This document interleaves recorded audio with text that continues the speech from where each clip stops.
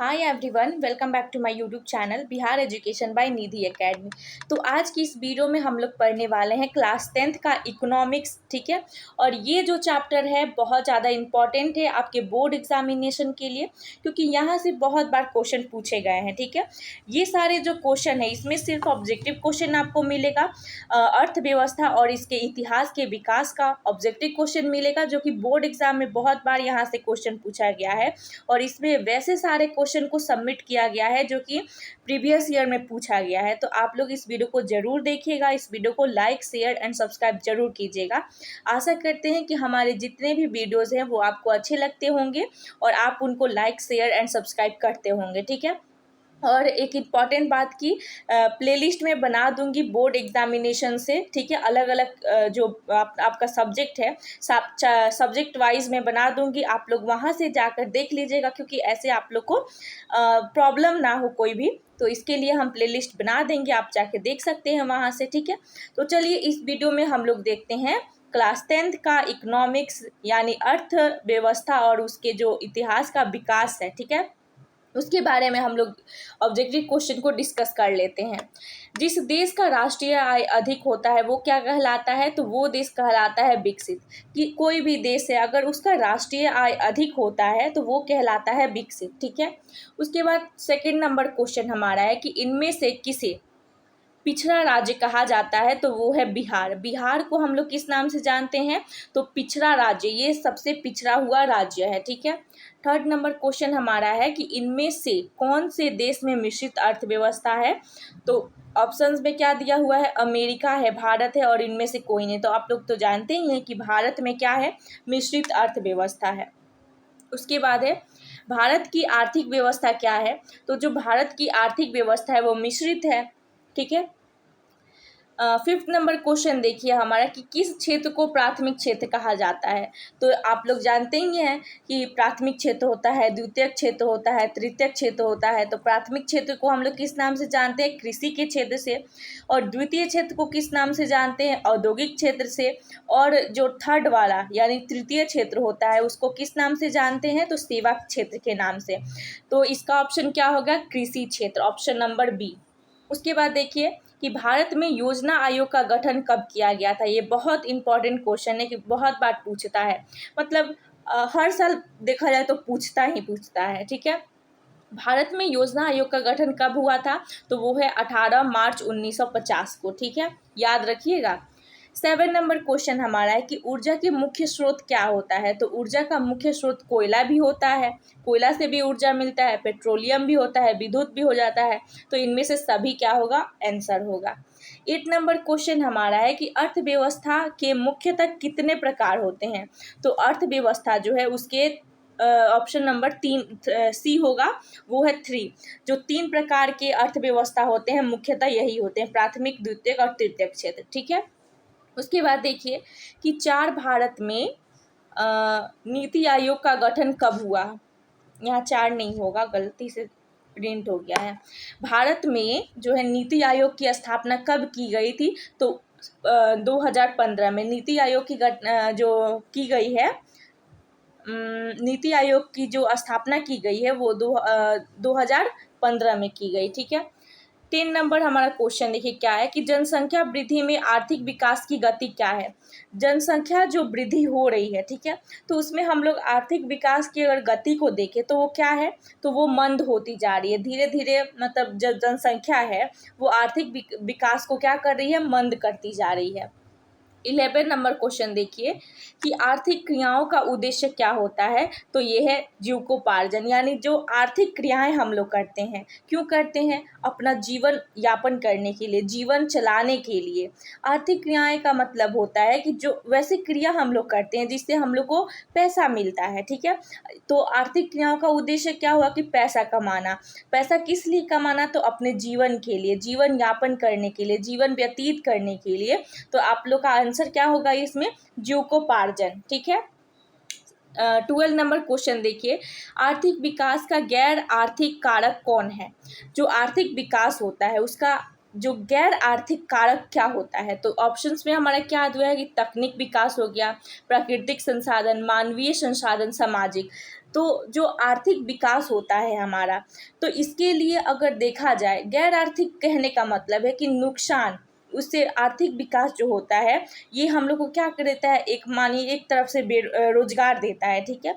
लेकिन जो आर्थिक विकास को नुकसान कौन पहुंचा रहा है, तो वो है तकनीक विकास। अगर तकनीक विकास आ जाता है तो वो क्या करता है कि बहुत सारे जो मजदूर होते हैं, जो अपना काम करते हैं, रोजगार करते हैं, उनसे ये छीन लेता है। आर्थिक विकास की जहाँ प्रभाव जो होता है वो बहुत बुरा हो जाता है, ठीक है। तो कह सकते हैं कि जो आर्थिक विकास जो तकनीक विकास है वो गैर आर्थिक कारक है, किसके लिए, आर्थिक विकास के लिए। उसके बाद देखिए 13 नंबर क्वेश्चन है हमारा कि किस क्षेत्र को द्वितीयक क्षेत्र कहा जाता है। तो ऊपर मैंने अभी जस्ट बताया था आपको, तो इसका आंसर क्या होगा कि ए, विद्युत। विद्युत जो है वो द्वितीयक क्षेत्र में आता है। क्यों? क्योंकि औद्योगिक क्षेत्र कहा जाता है। द्वितीयक क्षेत्र को क्या कहा जाता है, औद्योगिक क्षेत्र, ठीक है, इसीलिए। 14 नंबर क्वेश्चन देखिए हमारा कि किस क्षेत्र को तृतीयक क्षेत्र कहा जाता है। तो सेवा क्षेत्र को हम लोग क्या कहते हैं, तृतीयक क्षेत्र। उसके बाद 15 नंबर क्वेश्चन देखिए, स्वतंत्रता पूर्व भारतीय अर्थव्यवस्था थी। स्वतंत्रता के पहले हमारा जो भारतीय अर्थव्यवस्था था वो कैसा था, तो वो था कृषि प्रधान, ठीक है। क्योंकि यहाँ पर ऐसा था कि लोग क्या करते थे कि मतलब खेती करके ही हमारा देश जो है, मतलब उन सारे देशों की सूची में आता था जो कि विकसित देश होते थे, ठीक है। तो ये सारा क्वेश्चन जो है बहुत इंपॉर्टेंट है। ये भी क्वेश्चन बहुत इंपॉर्टेंट है कि स्वतंत्रता पूर्व भारतीय जो अर्थव्यवस्था थी वो कैसी थी, तो कृषि प्रधान थी।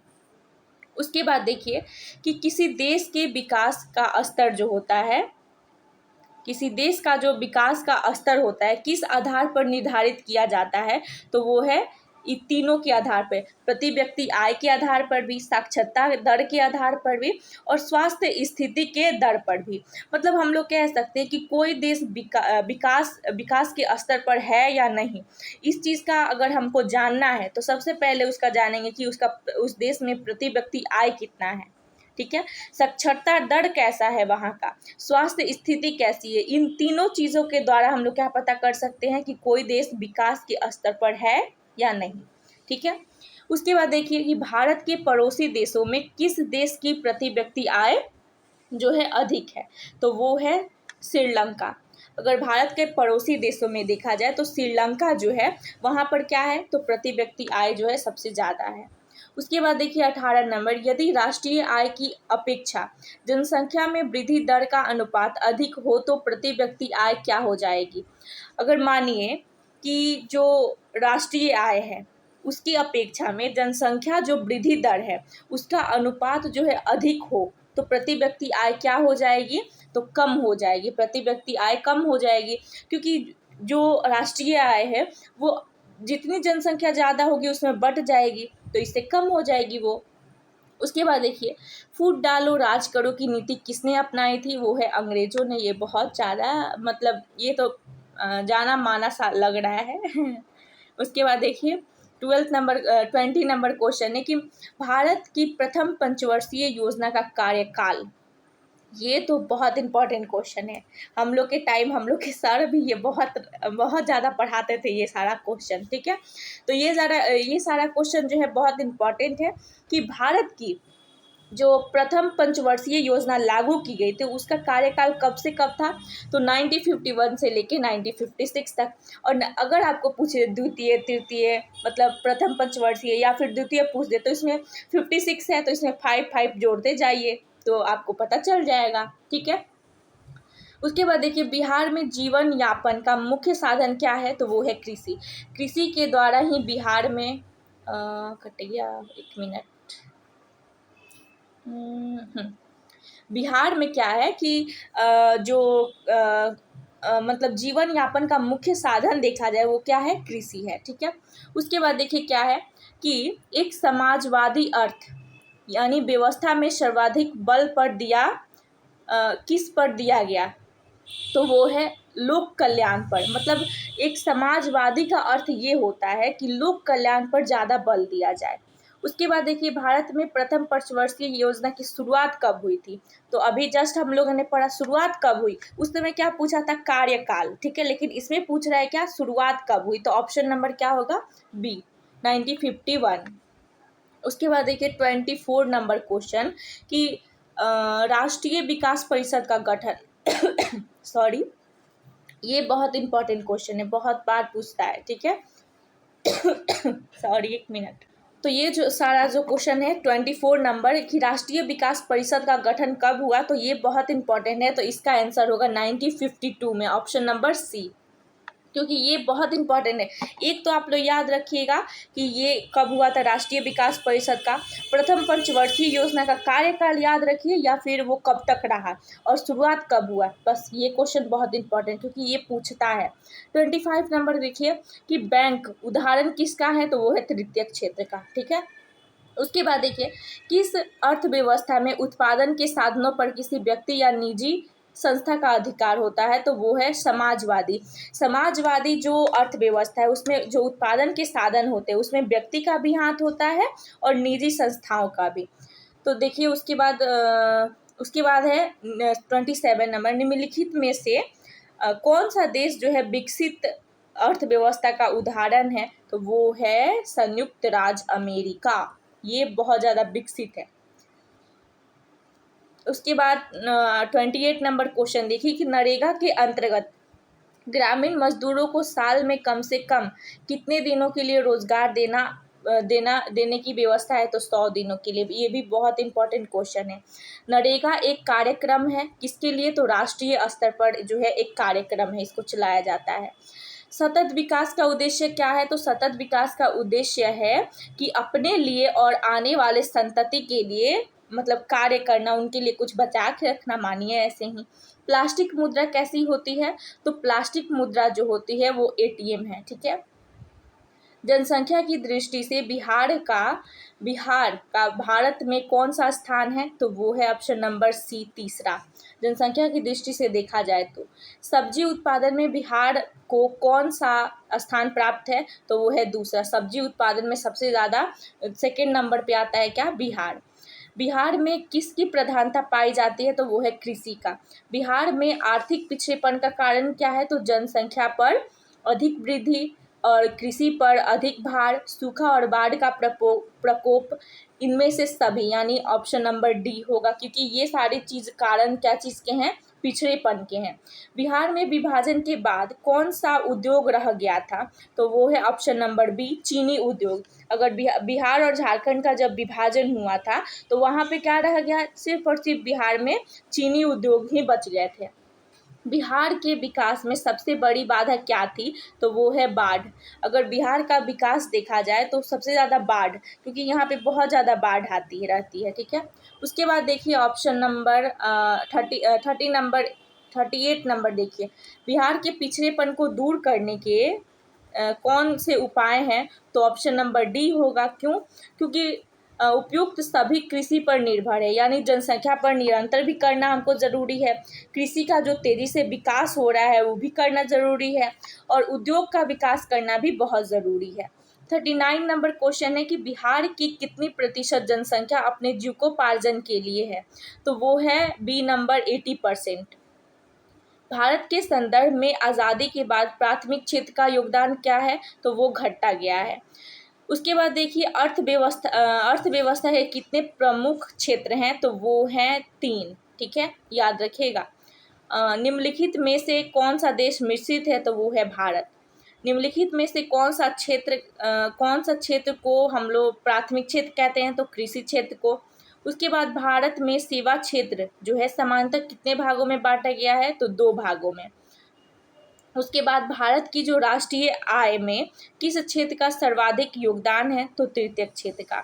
अर्थव्यवस्था आजीविका अर्जन की प्रणाली है, यह कथन किसका है, मतलब जो अर्थव्यवस्था है वो आजीविका का एक अर्जन की प्रणाली है, तो ये किसका कथन है, तो ऑप्शन नंबर बी होगा, ब्राउन क्रेन्स। श्वेत क्रांति का संबंध किससे है, तो प्राथमिक क्षेत्र से। भारत का कौन सा आर्थिक क्षेत्र सबसे बड़ा है, तो वो है ऑप्शन नंबर सी, तृतीयक क्षेत्र। शिक्षक द्वारा अपने पुत्र को पढ़ाना कौन सी क्रिया है, तो ये है बी नंबर अनार्थिक, क्योंकि आर्थिक तो है नहीं, इसमें पैसा रुपया हो नहीं रहा है, दोनों तो होगा नहीं और इनमें से कोई नहीं, तो बी नंबर होगा। उसके बाद है इनमें कौन इसमें किसका अर्थव्यवस्था में योगदान नहीं है, तो वो है काला बाजारी। ये तो आपको पता ही है। वर्तमान समय में आर्थिक विकास के क्षेत्र में योगदान सबसे ज़्यादा किसका है, तो वो है सेवा क्षेत्र का। आजकल तो हर चीज़ हम आपको पढ़ा रहे हैं, ठीक है, तो ये भी किसके थ्रू पढ़ा रहे हैं, तो ये सब टेक्निक के कारण ही हो रहा है। तो सेवा क्षेत्र जो है वो बहुत आगे ले गया है, इसलिए बहुत उसका महत्वपूर्ण योगदान रहा है। उसके बाद देखिए कि इन आर्थिक क्रियाओं में कौन सा प्राथमिक क्षेत्र से संबंधित नहीं है, तो ऑप्शन नंबर बी बैंकिंग, क्योंकि बैंकिंग जो है वो किस में आता है, तृतीय क्षेत्र में आता है। योजना आयोग को भंग कर कौन सा आयोग बनाया गया, बहुत इंपॉर्टेंट क्वेश्चन है ये, बहुत बार पूछता है कि जो योजना आयोग है उसको भंग करके क्या बनाया गया, नीति आयोग बनाया गया। उसके बाद देखिए नीति योजना आयोग के अध्यक्ष कौन होते हैं, तो वो हैं ऑप्शन नंबर सी प्रधानमंत्री, याद रखिएगा। भारत में नीति आयोग यानी योजना की स्थापना कब की गई, ये भी बहुत इंपॉर्टेंट क्वेश्चन है। 1 जनवरी जो है 2015 को भारत में नीति आयोग की स्थापना की गई। उसके बाद है भारत में विकास की नीति कौन सी संस्था बनाती है, तो वो है नीति आयोग। अगर विकास की स्थिति देखा जाए, विकास की जो नीतियां बनती हैं वो कौन बनाता है, नीति आयोग। भारत में आर्थिक विकास का मुख्य श्रेय किसे दिया जाता है, तो नियोजन को। आर्थिक विकास की माप के लिए उचित सूचकांक कौन सा है, तो इसका आंसर होगा ऑप्शन नंबर बी प्रति व्यक्ति आय, ठीक है। 60 नंबर क्वेश्चन देखिए, राष्ट्रीय विकास परिषद का अध्यक्ष कौन होता है, तो प्रधानमंत्री, ठीक है। किस आधुनिक यंत्र के आगमन के बाद सूचना शिक्षा एवं ज्ञान सर्वसुलभ हो गया, तो वो है ऑप्शन नंबर बी कंप्यूटर के आने से। जो आधुनिक यंत्र हैं उसके आगमन होने से सूचना भी, शिक्षा भी और जो ज्ञान है वो बहुत ज़्यादा आसान हो गया। 61 नंबर क्वेश्चन देखिए कि समावेशी विकास से जीवन स्तर क्या होता है, ऊंचा होता है। तो क्या होता है, तो समाज के सभी वर्गों का क्या होता है, तो जीवन ऊंचा होते जाता है। 62 नंबर क्वेश्चन देखिए कि 12वीं पंचवर्षीय योजना की अवधि क्या हुई है, तो जो 12वीं पंचवर्षीय योजना थी उसका 2012 से 2017 तक चला। उसके बाद देखिए 63 नंबर कि समानतः किसी देश के विकास का स्तर किस आधार पर निर्धारित किया जाता है, तो इनमें से सभी प्रति व्यक्ति आय पर भी, साक्षरता पर, ये भी हमने ऊपर बताया था। पंचवर्षीय योजना की शुरुआत कब हुई थी, तो वो है सी नंबर 1951 से। 11वीं पंचवर्षीय योजना कब हुई थी, तो वो है ऑप्शन नंबर डी 2007 से 2012। राष्ट्रीय विकास परिषद का गठन कब हुआ था, तो 1952 में। निम्न में से कौन बीमारू राज्य हैं, ये बहुत इंपॉर्टेंट क्वेश्चन है, तो ये है मध्य प्रदेश, ठीक है। बिहार में मानव विकास को कौन सा रूप दिया गया है, ए जन आंदोलन का। उसके बाद है इनमें कौन आधारभूत संरचना नहीं है, तो ए जो उद्योग है ये आधारभूत संरचना के अंतर्गत नहीं आता है।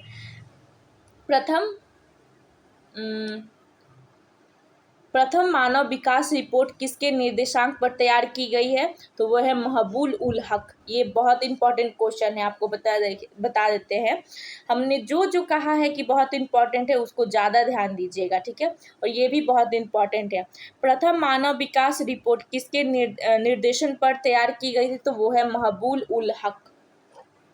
उसके बाद देखिए मानव विकास सूचकांक में भारत का कितना स्थान था, तो ये है 126। पहला मानव विकास सूचकांक किस अर्थशास्त्री ने दिया था, तो वो है ऑप्शन नंबर बी महबूब उल हक ने। मानव विकास के मामले में सर्वोच्च राज्य है कौन सा, तो वो है केरल। भारत में पहला मानव विकास रिपोर्ट जारी हुआ था, तो 2002 में। भारत की प्रति व्यक्ति आय 2004 के आंकड़े के अनुसार कितनी थी, तो 28,000 प्रति वर्ष रुपए थी। इनमें से कौन गैर आर्थिक आधारभूत संरचना का घटक है, तो वो है यातायात। किसने कहा बिहार के विकास के बिना भारत का विकास संभव नहीं है, तो ये कहे थे डॉक्टर APJ अब्दुल कलाम। बिहार में किसकी प्रधानता पाई जाती है, तो कृषि की। उसके बाद देखिए, भारत की जनसंख्या 2001 की जनगणना के अनुसार कितनी थी? तो वो है ऑप्शन नंबर सी, 121.0.2 करोड़। वर्तमान में बिहार की साक्षरता दर कितनी है? Option number B, 73.39%। बिहार राज्य में लोगों का आजीविका का मुख्य आधार क्या है? तो कृषि है। बिहार की जनसंख्या 2001 जनगणना के अनुसार कितनी थी? तो वो है ऑप्शन नंबर सी, ये देख लीजिए, काउंट कर लीजिए। 82 नंबर क्वेश्चन है हमारा कि ये ज़्यादा सब पूछता नहीं है उतना। बिहार के विकास में एक बहुत बड़ी बाधा क्या थी? तो वो है ऑप्शन नंबर बी, बाढ़। बहुत ज़्यादा इम्पोर्टेंट था वो भी। बिहार विकास दर के मामले में कौन सा राज्य अग्रणी है? तो वो है ऑप्शन नंबर बी, गुजरात।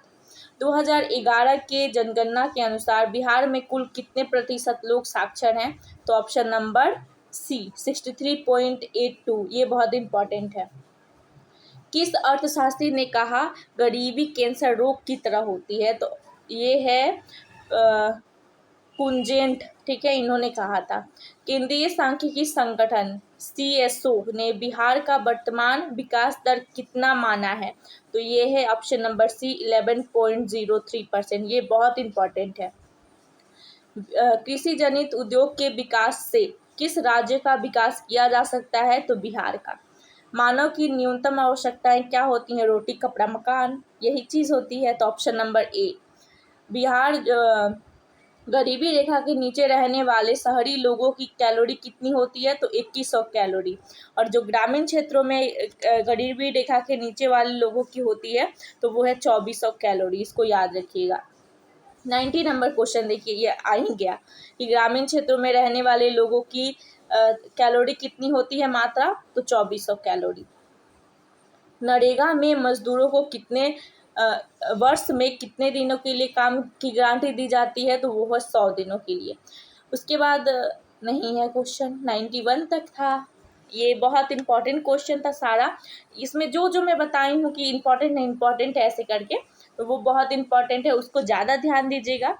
और जो थोड़ा बहुत इम्पॉर्टेंट था उसको मैंने बता दिया है। तो अगर आपको वीडियो अच्छा लगे तो इस वीडियो को लाइक, शेयर एंड सब्सक्राइब जरूर कर दीजिएगा। Thank you.